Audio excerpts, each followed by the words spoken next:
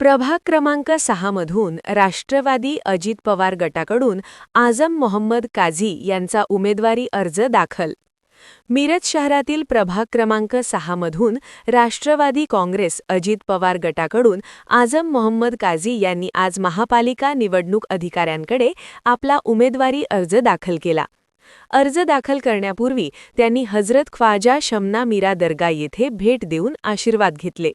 यानंतर नदाफ गल्ली येथून मिरज शहर पोलीस ठाण्यासमोरून महापालिका कार्यालयापर्यंत भव्य प्रचार रॅली काढण्यात आली.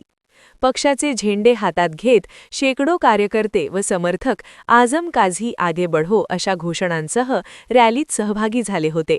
या शक्ती प्रदर्शनामुळे महापालिका परिसर दणाणून गेला. यावेळी माध्यमांशी बोलताना आझम मोहम्मद काझी म्हणाले, माझ्या आई व माजी नगरसेविका रझिया मोहम्मद काझी यांच्या कार्यकाळात झालेल्या विकासकामांच्या जोरावरच आम्ही जनतेसमोर जात आहोत. आमचे नेते माजी महापौर किशोरदादा जामदार आणि उपमुख्यमंत्री अजितदादा पवार यांच्या मार्गदर्शनाखाली प्रभारासाठी भरीव निधी आणून सर्वांगीण विकास साधू.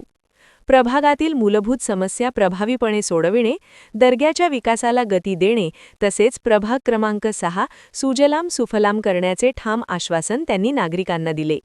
विकासकामांच्या बळावरच ही निवडणूक जिंकू असा विश्वासही त्यांनी व्यक्त केला.